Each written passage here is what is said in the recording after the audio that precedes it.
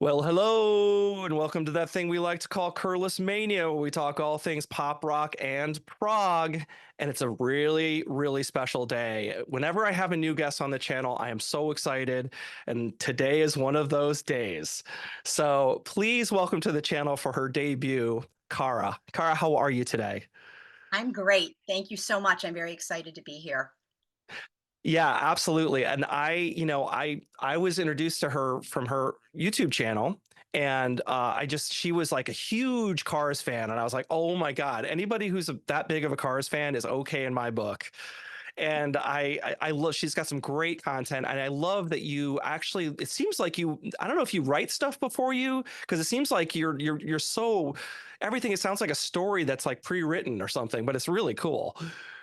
Yeah, I have to write everything out. So I do my research, and then write. I spend a couple days writing and editing until I think it's okay to share with other people. But also, so I'm a retired English teacher. So writing in English is kind of like my thing. So that's probably where some of this comes from. But so my inspiration actually for the Cars, we'll talk about Bruce in a minute, but was a book by Joe Milligan. Have you read his book? It's a biography. It's called Let's Go. It's about Ben Orr. Yes, Ben Orr. Yes, I did read that book. Yeah, Yes. and that was sort of like my springboard for doing what I do. Yeah, because you were fascinated about the history of Ben Orr, Mhm. which is like, this guy's a massive rock star in the 80s. Like, what? Like, and then after the Cars, you're like, what happened to Ben Orr? Like, he was a star, you know? Yeah, yep. He just kind of Um, disappeared, and it's sort of a sad story.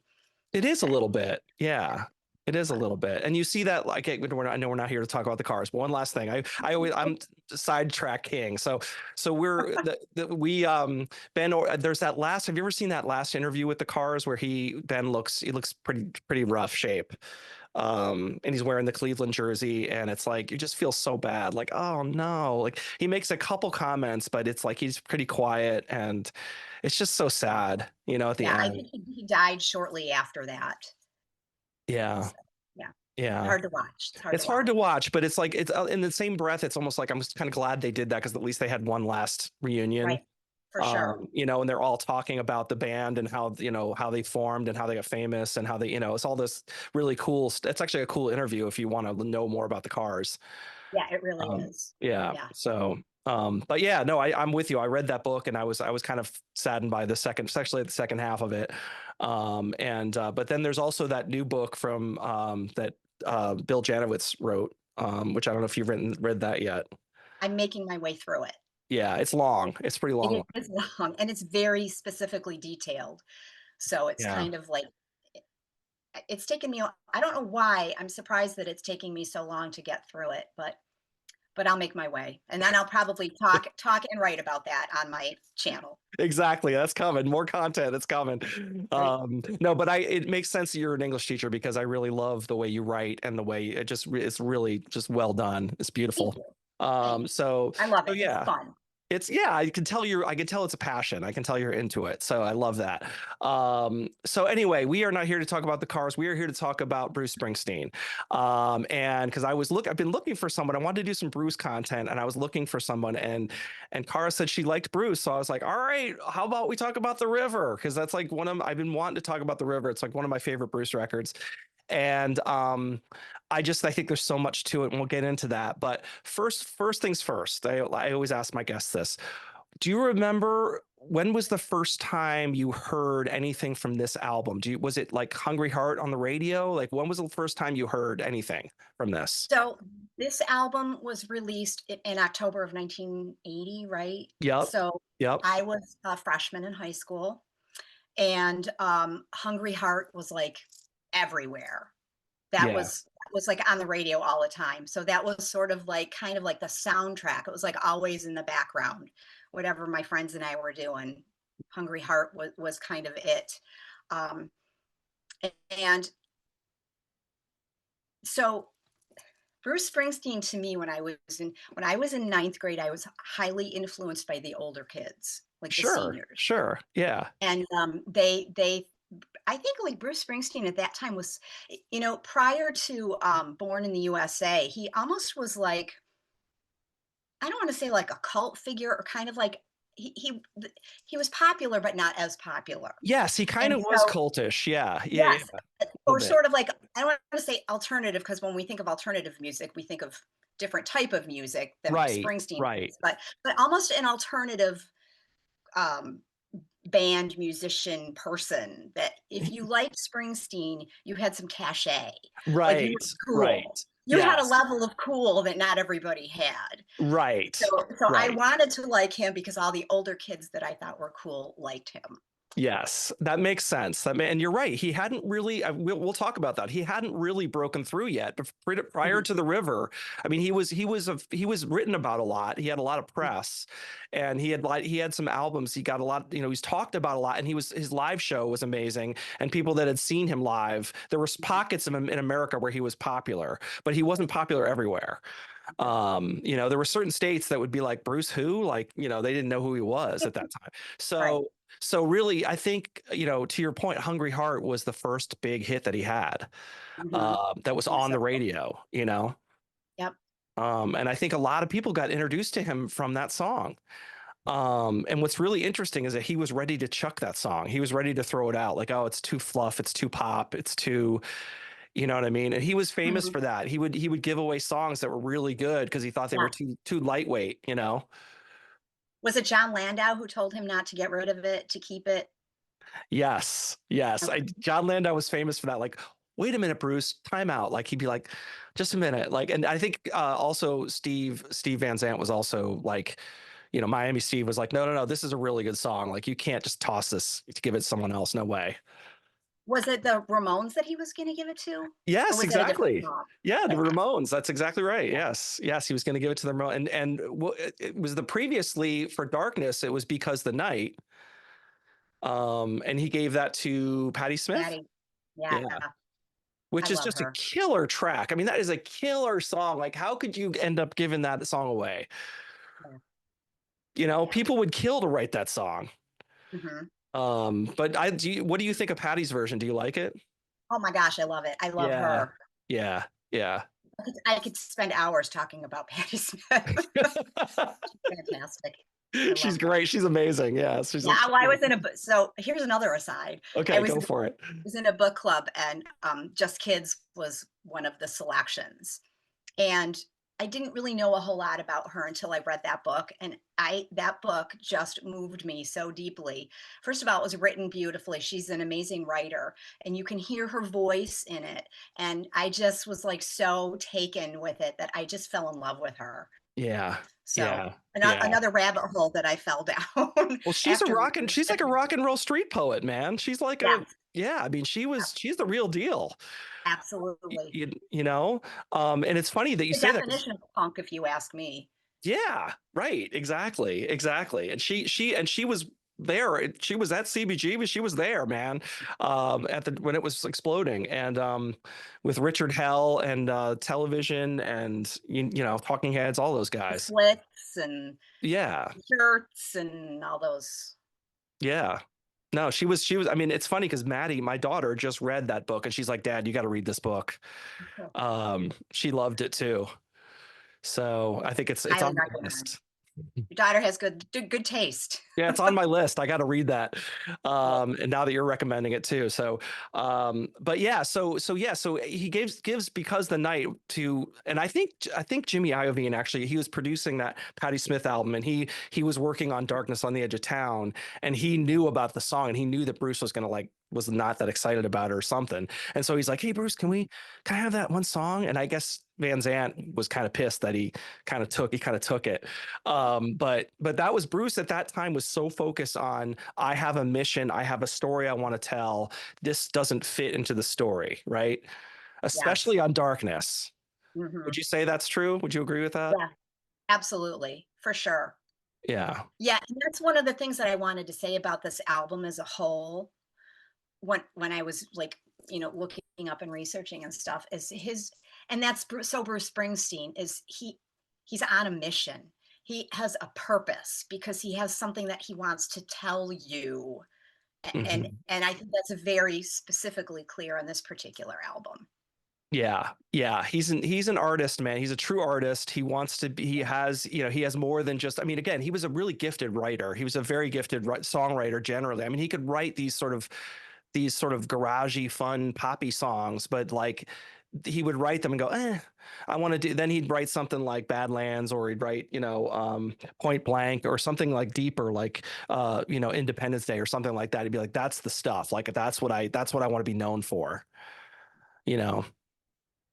Yeah. So Did you see the movie with Jeremy Allen White I about Bruce haven't Springsteen? watched that yet. I can't believe I Out of haven't seen breath. it, but yeah. Have It's you? good, but you definitely get that in the movie from watching the movie, is that Yeah. he, his mission, his purpose, he's can be very, tunnel vision almost, or singular minded, I guess. I don't know how, I'm not sure how to describe it, but yeah. Yeah.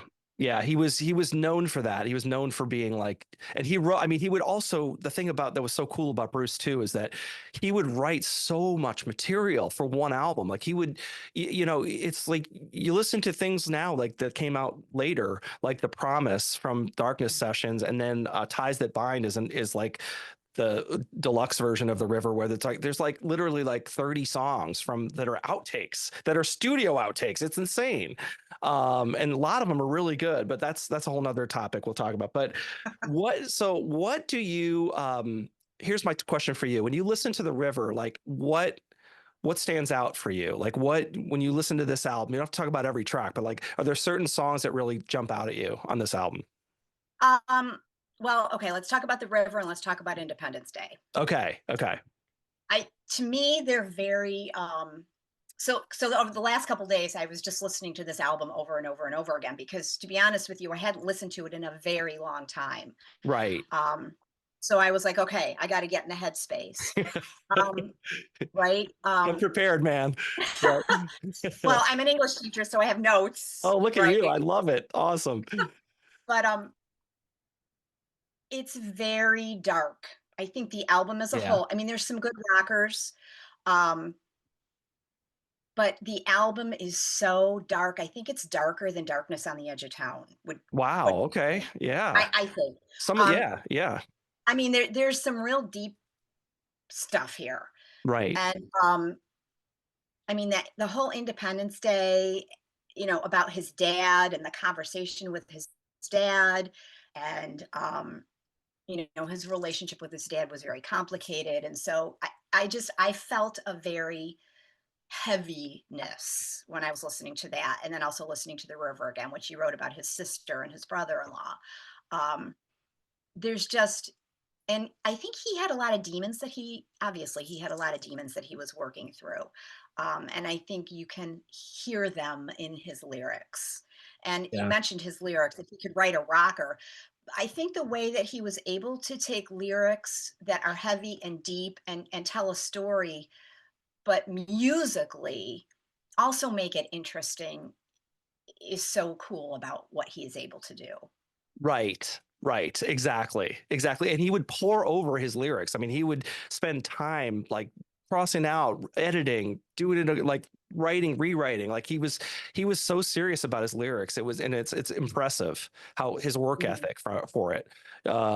He just did nothing. He just ate, slept, breathed music nonstop. Right. And that you can feel it during this period of his career. Um, Absolutely. you know.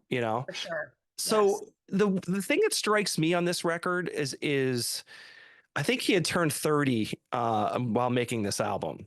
I think Mhm. he played some concerts for Muse, the No Nukes concerts, Right. and Yeah. I think he turned 30 during those concerts. And we all know this. Like you turn 30 and you start thinking about things a little differently. You're not a young man anymore. You're kind of you're getting on. And you Mhm. start thinking more about, and maybe people around you are starting to get married or have kids, or like families are starting. There's all these things going on. And you're like, and at this time, he to his own admission, he's like, I was still just like not even close to that. And I was just rocking out with my band. I was being playing rock star. And I think this album starts to show that he's thinking about other phases of his life and what's coming and what, you know what I mean? Like it's almost Mhm. like I feel like again, we're not talking about those albums, but I feel like it kind of like Born to Run is like, get me in the car and get me out of here. It's a town full of losers. We're pulling out to win, right? And then I'm getting out of this small town, and I don't care how I do it. I'm getting out. And every song is about that. Every song's about getting out, getting out. And then Darkness is kind of like the Samurai record, where it's like he's just like a lone wolf. Like, I'm just out here in the world by myself, and I'm gonna figure it out. And it's a little dark out here, but I'm gonna, kind of thing. And then this album feels like he's kind of coming around to like, I or I should say that darkness is more like I'm going to stay. I'm not leaving. I'm going to come back. I'm going to stay, and I'm going to figure it out. And then it's like the river is like, okay, now what do I do? What now? What's the next step? Like, things like the ties that bind. He's talking about family and the town you grew up in, and things like that. Is that am I off here? What's your take on this? No, I agree with you, and I think Jackson Cage um, is the song that kind of speaks to what you're talking about. And I read a couple different things that people aren't sure exactly what Jackson Cage was referring to. What I think is it's the town, the town of Jackson, Right, and that. right, So I grew up and I still live in a very small town. So having spent your whole life in a little town, you kind of gives you a different perspective than people who moved away. And it can be a cage. It can right, be, all your hopes and dreams when you're growing up, and then you're however old you are and you're still there, and you're like, oh right, my gosh, what choice did I make? The right choices? Why did I make this choice? And you make choices that you have to live with. And I think that that particular song is definitely about that kind of thing. And the other thing that I was reading when I was doing some research is that, and I it makes sense to me, is that the other albums, again, like you said, were about being young, having fun, getting on the road, going out. And this album, The River, is about that. I can't do that anymore. Now I got right, to be an adult. right. Now I got to sit with my decisions and figure out how I'm going to move on or be an adult. Right. Right. And then it's almost like I always feel like, running away doesn't always work. Like you run away, then what? Right. It's like you still Right. have to face Right. yourself. Right. Right. So Wherever you go, there you are. yeah, exactly. Exactly. It's one of those, right? So yeah. So and things like I Want to Marry You and Ties That Bind, Jackson Cage. There's a lot of like domestic type of stuff. Almost like you Yes. said, Independence Day is like kind of facing up to your dad that you had a tough relationship with. Mhm. Like there's a lot of stuff going on like that seemed to be in that vein a little bit, you know? Yeah, and I think you can really kind of see what's going on in his head through his lyrics at the time. But the other thing that you touched on, which I think is also a theme in this album too, that carries through a lot of his other albums, is the whole idea of being on the road, driving, like going somewhere in a Yes. car. Like Yes. that's a theme that carries through a lot of his songs and a lot of his earlier albums. Yeah. That is Yeah. still here in this one, on The River. Absolutely, like Drive All Night, right? And I always get the feeling of like on a couple of, especially a couple of handful of tracks on this album, where you kind of feel like someone's like driving like late at night by themselves down a highway, like a dark highway, or you know what I mean? It's just like Mhm. Yes. Stolen Car, and Drive All Night, and Wreck on the Highway. Oh my God, I Mhm. love that track. Oh my Yes. God, Yeah. yeah. Very powerful. Yeah. Yeah. Yeah, because he was going for a mood. I mean, on those some of those tracks are really sparse, and I think he wanted to keep them really, really sparse. And they work. It's really weird how they work. They work in a very sparse way. Yes. I mean, that And then record, with the juxtaposition of the rock songs, you right, know, right, all those dark songs, but that's like the relief that everybody needs. Every once in a while, you just need to go out and rock. You need to go out and drink. You need to go out with your friends and party and have that fun because you're dealing with all that dark stuff. You got to right. break through every once in a while. Right. Absolutely. No, absolutely. And I kind of feel like sometimes with this album, it's a double album. And I think this was his first double record. And I think there's a little bit of, he wanted to have both. He wanted to have like the party. And I Mhm. almost feel like sometimes there's like a party going on and then there's after the party where you're like, Oh, sometimes, yeah, you know what I mean? You come home after yeah. the party and you're like kind of drunk and you're like, oh God, like my life still sucks. And even though I had a really good time tonight. Right. Got to Um, get up early tomorrow and go to work. Exactly. It's like you got to face reality again, you know? But that being said, I really do like the upbeat songs too. I mean, we're talking about the darker ones and the more atmospheric ones, but I do really like the upbeat stuff on this too. And I think that this was a time where people were telling him your live show is much more exciting than your records. People were telling him that. And I think Steve, and especially Steve Van Zandt, who was really into the garage rock thing, he co-produced this record because he sat down with Bruce at the beginning and said, "Look, man, I can't do this again," because he would take so long to make an album. He's like, I can't do this, man. I can't do this again. So I guess Bruce finally said to him, "Hey, man, stay here, just co-produce it with me." And he said, "Really, for real?" He's like, "Yeah, co-produce it with me." So then now that Steve had co-production, he was like, all right, we're gonna get some of these garage songs on the record this time, you know? So yeah, so what on the upbeat stuff, I mean, for me, I love I'm a Rocker and what are the ones and Two Hearts? Oh my God, Two Hearts. Yes. Oh, Oh my God. Cadillac Ranch. Oh, that's Yes. great. Yes. But when I was a kid, like yelling the lyrics to Cadillac Ranch, just like singing our hearts out to me, that like again takes me back to being 14, 15 years old. Love that one. Reminds me of Yeah. good times with my friends. So Yeah. yeah, Yeah. yeah, yeah. Yeah. Oh yeah, the Rockers are good. Can we talk a little bit about Little Steven? Of course we can. I Absolutely. love him. So I have my Yes. shirt on. I don't know if you can see it. It says teach rock. He has, first of all, I think that he is a genius. I think he's a He's Renaissance awesome. man. He's awesome. Oh my Yes. God, I love him. Also, Yeah. have you read his autobiography? Yes, and I loved it. So Loved it. good. So Yes. good. Yes, I loved it. Yes. And then Yeah. the documentary of him that I think it was on HBO, the HBO Oh, I haven't documentary. seen all of that yet. I've seen parts of it. I need to see that whole So good. thing. Yeah. Yeah. Very Yeah. good. But even though he was missing from the band, he was MIA for a while, for Right. what, about like 15 years, right? Something like that. Yeah. Yep. 84 to 99 or something. I think there are all the players have their part, Max Weinberg and Clarence Clemens and Gary Talent, everybody. But I think little Steven was the special sauce. I Yes. think there's just something about him and his like vast knowledge of all the 1960s rock and all the garage, and he's just I think he's very special. And he has a foundation, it's called Teach Rock, and it's for teachers, and they can go and get free lesson plans on how to incorporate teaching like about rock and roll in your lesson plans. And I went to one of his seminars, and it was fantastic.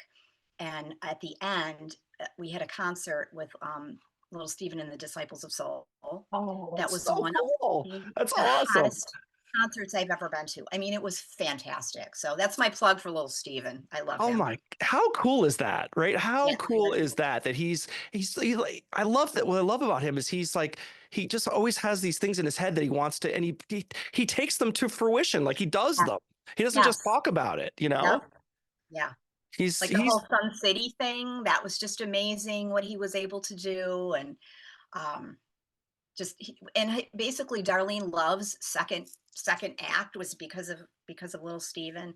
So yeah, he's a cool cat. Yeah, he is very cool and he's so funny. Like his book is funny. Like I listened to it on Audible and he does it. You know, he recites it. Oh, And he it's him. Yeah. narrates it. It's him Okay. and it's hysterical just the way he just, he's just so funny and he's like he said for example when he's talking about the river, he's like I pulled Bruce aside. I'm like, "Bruce, come on, man. It's gonna take like I can't do this. Like I got ADHD. I can't like I can't contemplate the years it's gonna take to make this record, you know." It's so funny. Yeah. It's so funny. So, but he's a great guy. And like you said, I agree with you. I tend to agree with you that he was like a special sauce kind of thing in the band Mhm. because it was never quite the same when he left. It was not. It So wasn't. there was something about, and he was also the guy that did the 10th Avenue Freeze Out horns, right? He's the guy that like, he like was like, oh, get rid of those charts. Let me go in there, and he just did it by hey, do you do this? Diddle it, diddle it, diddle. I mean, he just knew how to do it. It's so He's a cool. genius. He's a Yeah, genius. Yeah, he's great. He's great. Okay, anyway. So yeah, so I contribute I give him a lot of credit for this record, especially the upbeat stuff. And I'm kind of glad that it exists, and I'm glad that he definitely had Bruce's ear, and he would push him to say, that's a really good song. I know you want to throw it out. Don't throw it out. That's a good song. Like, keep that one. Um, and he's funny too, because he says, but there was still a lot of what did he say? Something like, there was still a lot of arguments that I lost. He's like, there's still some songs on disc 2 of tracks that I should have been on the river. It's so funny. Um, but anyway, so yeah, so I just think that that's why what fascinates me about this record is just got so many different like phases of and different like, I don't know how to describe it, like flavors of Bruce, Yes, yes, you that's a know, great way to describe it. Different flavors. I love it. Yeah, you like a know. buffet. Right, exactly, exactly. And it's a summer record for me. I don't know, sometimes there's albums that have like they're fall albums or summer albums or fall artists. Like sometimes you have that where you're like, I don't know why. Maybe it was when you were little, you heard them in the fall or something. I don't know. This is Yeah, for to me, me, this is a you know. fall album. Okay, there For you me, this go. is a fall. See? It reminds me of like fall nights, walking with my friends, going to football games. Okay. So that's Yeah. That yeah. makes sense. If it came out in October, right? You probably heard it in October. Who knows? But yeah, so but yeah, what was I gonna say? What else was I gonna say about this record? Just the sheer scope of it, and I think that he he was so resistant to doing Hungry Heart as well, and they finally talked him into it, and it became his first huge hit. And it's Mhm. just they talk about how like when he played it live, people heard the song and they would start singing the verse, and he said he was just blown away by that. Yeah, that's Um, cool. yeah, Yeah, because that I was didn't realize. you know I just learned that Flo and Eddie sang on it on that on Hungry. yes, I never knew that. yes, yeah, from the Turtles. Oh God, I love them. Yeah. Oh Go on yeah. another whole tangent. Oh yeah. Yeah, don't get me started. Yeah, but they wanted like those Beach Boys sort of harmonies, I Yeah. guess, on the track. And those guys nailed it. They did a great job. Mhm. Um, but what other things hit you about this? Is there anything else that hit you about this album? Um, What else in your notes? What else do you have written down? I have well, driving is therapy. We talked about that. The Right. driving the open road. Coming to terms with growing up. You know, I just oh, the other thing that I thought was interesting is that I realized when I was looking things up is that he was the song was actually influenced by Hank Williams, which is Oh, a cool okay. connection. Right. The Right. Long Gone Lonesome Blues is the song that he said kind of inspired him. Interesting. Yeah, Wow. that's Wow. an Bruce Springsteen to like, Hank Williams. That's a very cool connection, but it kind of makes sense if you think about it. Um, you Yeah. know, that hillbilly, what is Hank Williams called? The hillbilly, God, Oh I God. can't Yeah, what is that? You're right. There's like hillbilly something. he's got a nickname. Yeah, I can't Yeah. But so Bruce Springsteen is kind of like a logical, there's a direct line between now I can see it that I never saw before between Hank Williams and Bruce Springsteen. yeah. Oh, Hillbilly Shakespeare. There That's it what is. he. There we go. There we go. So Yes. Bruce Springsteen is kind of like a more modern day. Well, this album's 46 years old, but Right. Right. like a kind of a Shakespeare in Compared his to own Hank right. Williams, it's modern, right? Yeah. Yeah. But yeah, no, I mean, I think that he was really drawn to the realness of those, you know what I mean? The rawness and realness of those kind of old time country artists. Yes. Just And he's something thinking real about about real it. people. Yeah, Yeah. real people, real problems, real issues, real concerns, real frustrations. And the other thing that I wanted to say about this album is that it's very of its time for when it was recorded, like 1979, 1980. The whole like it just really took me back to that whole era where factories were closing, people were out of jobs, the economy was terrible. It was kind of like the beginning of Reaganism and that whole, the conservatism and people just, it was just a bad time in our country. And I think this album as a whole is kind of reflective of that. So it's definitely I was trying to determine if this album would be popular if it came out now, and I don't know. What do you think? Yeah, that's a good question. That's always an interesting question. Like if it came out today, would it be as popular? I don't know. I'm not sure about that. I think you're right. I think it's very of its time. I mean, wasn't 1980, wasn't that when they were like lining up for gas and it was like, remember the gas That was pumps like in the or in the 70s, like late 70s. late I remember. 70s? Yeah, yeah, yeah. But yeah, right. It was just an interesting time. And I think that it does reflect, I think this album definitely reflects the times. And also it's interesting that like, and I always think about this too. And like in 79, we talk about the Cars, right? The Cars were like a new band that came out in 70, 78, 79. They were sort of new wave, right? You had like all these bands coming out, Pretenders, XTC, The Police, Elvis Talking Heads, Costello, Blondie. yeah, Yeah. Blondie, all the Talking Heads, all these like really, it was like this whole wave of new music. It was like coming in like a wave, and I think that like Bruce, I think everybody was feeling that, and I think it's interesting. I think that that especially I think some of the upbeat stuff was because of that, a little bit, influenced by that sort of upbeat new wave punkish, post punkish Yes, stuff, for sure. but and then really quick, this is what I was going to say earlier, and I totally forgot. Now it came back to me. Here's a question for you. Do you think some of that there might be, when I was talking about that sparseness of like stolen car and wreck on the highway, like it kind of foreshadows Nebraska a little bit, like maybe a Yes, little bit. Is that possible? You think that might be a thing? absolutely. Yeah. I think there's definitely a progression from all like Greetings from Asbury Park into the next one, into that, like they all kind of lead up to the Yeah, next. And I think that's part of Bruce's story about his life. They're right. all autobiographical. So it Yeah. starts here. Here's the first chapter. This album's the second chapter. Wild Innocent and the Easy Shuffle. That's another chapter. So they're all different chapters in his life, and they all lead into the next one. Is what Yes. I think. No, you're absolutely right. It's like those first two records are kind of like the Asbury Park street poet kind of guy, like he's a little rough around the edges and Yep. some of the crazy lyrics that he's doing, just sort of like playing with words like Dylan did, Yeah. Blinded by the light. blinded by Yeah. the light. Yeah. Things like that, and then but those albums are like, so I love those records because they're so unique, in that way. Yes. They didn't sell anything at the time, but I think they're really cool. And I'm sure they sold later when he got famous. They sold much better. But yeah. So yeah, there's a little bit of, in my opinion, there's a little bit of foreshadowing of where he's going to go, and Nebraska ends up being a homemade cassette, basically. And we'll talk. That's a whole nother topic, but it's like he's going, like, to your point, he's listening to people like Hank Williams, and he's listening to field recordings and things that are just really like have a lot of grit to them and real feeling to them, and he's getting pulled into that. And I think it started during 1980 when he was doing the second part of this record. Yeah. Yes, I agree. I think you're Yeah, right with that for sure. yeah, yeah. Well, I mean, there we go. There you go, people. What do you guys think? I don't know what else we can say about this album. I'm sure there's more to say. It's a double record, but I think, we don't want to belabor the point. I think we've hit all the highlights. Any concluding thoughts from you? Anything before we go?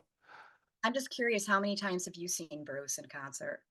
Oh, that's a good question. I was late to the party. I kind of was late getting to be a fan of his, honestly. I was, because when I first knew of Bruce, it was like Glory Days. He was all over MTV, My Hometown. The Born in the Yes, USA album just exploded, and it got to be sort of like Bruce burnout a little bit at that point. absolutely. you Yeah. know it was a little much. And so I was kind of like, I was kind of being like, I was at that time, I was sort of like going, oh, I'm going to listen to more stuff that's a little more edgy or whatever.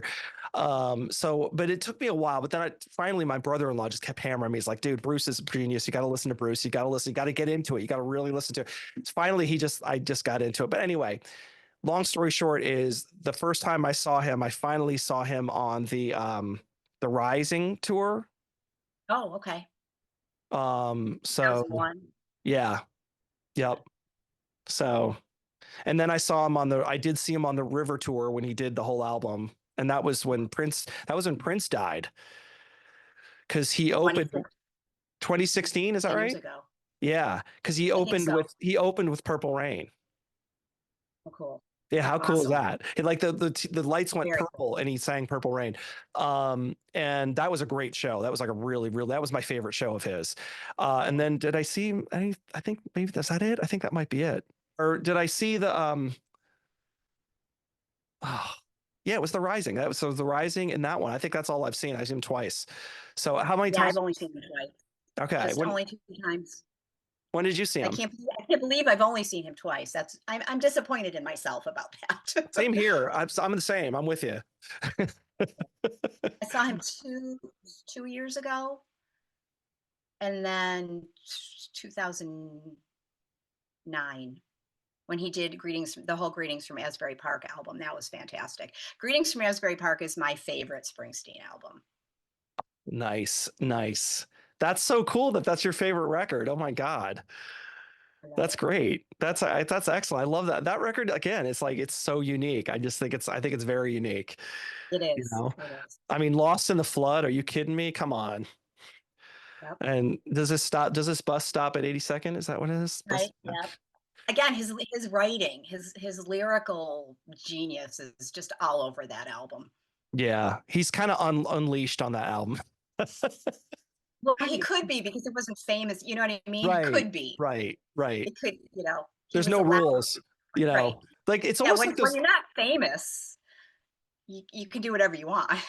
Yeah, absolutely. I mean, those first two for me. I mean, I think the second one is just as good as lyrically for me too. And like when New York City Serenade and all that. Oh Yes. my, oh my God, that gets me, man. It gives me chills.